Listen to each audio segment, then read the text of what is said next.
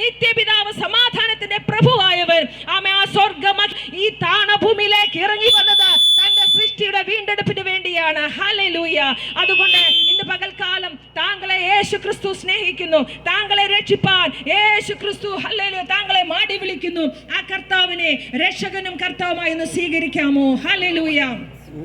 എന്നെ കേൾക്കുന്ന പ്രിയപ്പെട്ടവരെ, ക്രിസ്തുവേശു വസിക്കുന്നത്, ഹല്ലേലൂയ, താങ്കളുടെ ഹൃദയത്തിലാണ് ദൈവം വസിപ്പാൻ ആഗ്രഹിക്കുന്നത്. ദൈവവചനം ഇങ്ങനെ പറയുന്നു, നിങ്ങൾ ദൈവത്തിന്റെ മന്ദിരമെന്നും ദൈവത്തിന്റെ ആത്മാവ് നിങ്ങളുടെ ഉള്ളിൽ വസിക്കുന്നു എന്ന് നിങ്ങൾ അറിയുന്നില്ലയോ? അതേ പ്രിയപ്പെട്ടവരെ, ദൈവം തന്റെ സൃഷ്ടിയുടെ ഹൃദയത്തിലാണ് വസിപ്പാൻ ആഗ്രഹിക്കുന്നത്. നാം ഉണ്ടാക്കി വെച്ചിരിക്കുന്ന കൈപ്പണിയായ യാതൊരു കെട്ടിടത്തിലും അല്ല ദൈവം വാസം ചെയ്യുന്നത്. മറിച്ച്, ഹല്ലേലൂയ, താങ്കളുടെ ഹൃദയത്തിലാണ് ദൈവം വസിപ്പാൻ ആഗ്രഹിക്കുന്നത്. ദൈവവചനത്തിൽ ഇങ്ങനെ കാണുന്നു, ലോകവും അതിലുള്ളതൊക്കെ ഉണ്ടാക്കിയ ദൈവം സ്വർഗത്തിനും ഭൂമിക്കും നാഥനാകൊണ്ട് അല്ലെങ്കിൽ കൈപ്പണിയായ ക്ഷേത്രത്തിൽ അവൻ വാസം ചെയ്യുന്നില്ല. താൻ എല്ലാവർക്കും സകലവും, ജീവനും ശ്വാസവും സകലവും കൊടുക്കുന്നവനാകിയാൽ വല്ലതിനും മുട്ടുള്ളവൻ എന്ന പോലെ മാനുഷിക കൈകളാൽ ശുശ്രൂഷ ആവശ്യപ്പെടുന്നതുമില്ല.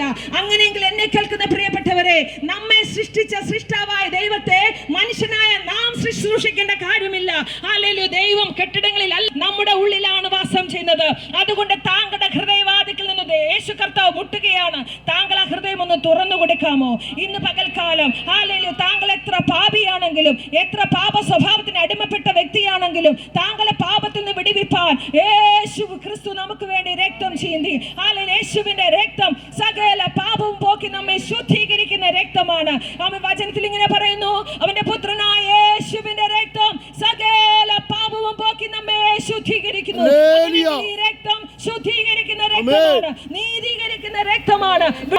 ആ കർത്താവ് താങ്കളെ ഏത് പാപത്തിൽ അകപ്പെട്ട വ്യക്തിയാണെങ്കിലും താങ്കളുടെ പാപ സ്വഭാവത്തിൽ രക്ഷിപ്പാൻ ഈ കർത്താവ് മതിയായ ദൈവമാണ്. വചനത്തിൽ ഇങ്ങനെ പറയുന്നു, നിങ്ങളുടെ പാപം എത്ര കടും ചുവപ്പാണെങ്കിലും, രക്താംബരം പോലെ കടും ചുവപ്പാണെങ്കിലും അതിനെ ഹിമം പോലെ വെളുപ്പിപ്പാൻ ഈ കർത്താവിന് രക്തം മതിയായ രക്തമാണ്. അതുകൊണ്ട് പാപത്തിൽ പാപഭാരം പേറി കഴിയുന്ന വ്യക്തി ജീവിതമേ, താങ്കളെ സ്നേഹിക്കുന്ന ഒരു കർത്താവുണ്ട്. താങ്കളെ ശുദ്ധീകരിപ്പാൻ മതിയായ ഒരു കർത്താവുണ്ട്.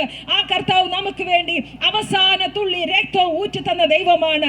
2023 വർഷങ്ങൾക്ക് മുമ്പ് സ്വർഗമഹിമകളെ വെടിഞ്ഞ ഈ കർത്താവ് താണഭൂമിയിലേക്ക് ഇറങ്ങി വന്നു. 33 തിരുവയസ്സ് വരെ ഭൂമിയിൽ ജീവിച്ചു. അത്ഭുതങ്ങളും അടയാളങ്ങളും വിവിധ വീര്യപ്രവർത്തികളും ചെയ്തു. ആമേ, കുരുടന്മാരെ സൗഖ്യമാക്കി, മുടന്തരെ സൗഖ്യമാക്കി, രോഗികളെ സൗഖ്യമാക്കി, മരിച്ചവരെ ഉയർപ്പിച്ചു. അങ്ങനെ അനവധി നിരവധി അത്ഭുതങ്ങൾ അടയാളങ്ങൾ ചെയ്ത കർത്താവ് തന്റെ സൃഷ്ടിയുടെ വീണ്ടെടുപ്പിന് വേണ്ടി അവസാന തുള്ളി രക്തവും നമുക്ക് വേണ്ടി ഊറ്റിത്തന്നു. ആമേ, ഹല്ലേലൂയ. രണ്ട് കള്ളന്മാരുടെ നടുവിൽ ആകാശത്തിനും ഭൂമിക്കും മധ്യേ തൂങ്ങപ്പെട്ടവനായി അവസാന തുള്ളി രക്തവും നമുക്ക് വേണ്ടി ഊറ്റിത്തന്നത് പ്രിയ സ്നേഹിത, പ്രിയ സഹോദര, പ്രിയ സഹോദരി, താങ്കളെ രക്ഷിപ്പാനാണ് യേശു കർത്താവ് നമുക്ക് വേണ്ടി രക്തം ചെയ്തത്. അതുകൊണ്ട് ഇനി ഒരു പാപമോചനത്തിനായി ഒരു കർമ്മവും അവശേഷിക്കുന്നില്ല. ഒരു പാപമോചനത്തിനായി യാതൊന്നും അവശേഷിക്കുന്നില്ല. വിശ്വസിക്കാൻ മാത്രം ചെയ്താൽ മതി. വിശ്വസിക്കുന്നവരുടെ മേലാണ് ദൈവശക്തി വ്യാപരിക്കുന്നത്. വിശ്വസിക്കുന്നവനെയാണ് കർത്താവ് സ്വീകരിപ്പാൻ ആഗ്രഹിക്കുന്നത്. അതുകൊണ്ട് ഇന്ന് പകൽക്കാലം പാപഭാരം പേറി താങ്കൾ ജീവിക്കേണ്ട കാര്യമില്ല. കർത്താവേ, ഞാനൊരു പാപിയാണ്, എന്റെ പാപത്തിന് പരിഹാരം വരുത്തുവാനാണ് യേശു ക്രിസ്തു ഈ ഭൂമിയിൽ വന്നത് ഞാൻ വിശ്വസിക്കുന്നു. എന്നെ കർത്താവിന്റെ രക്തത്താൽ കഴുകി ശുദ്ധീകരിക്കണമെന്ന് താങ്കൾ ഒരു വാക്ക് പറഞ്ഞാൽ താങ്കളുടെ പാപത്തെ ക്ഷമിച്ച് താങ്കളൊരു ദൈവ പൈതലാക്കുവാൻ യേശു ക്രിസ്തു മതിയായ ദൈവമാണ്.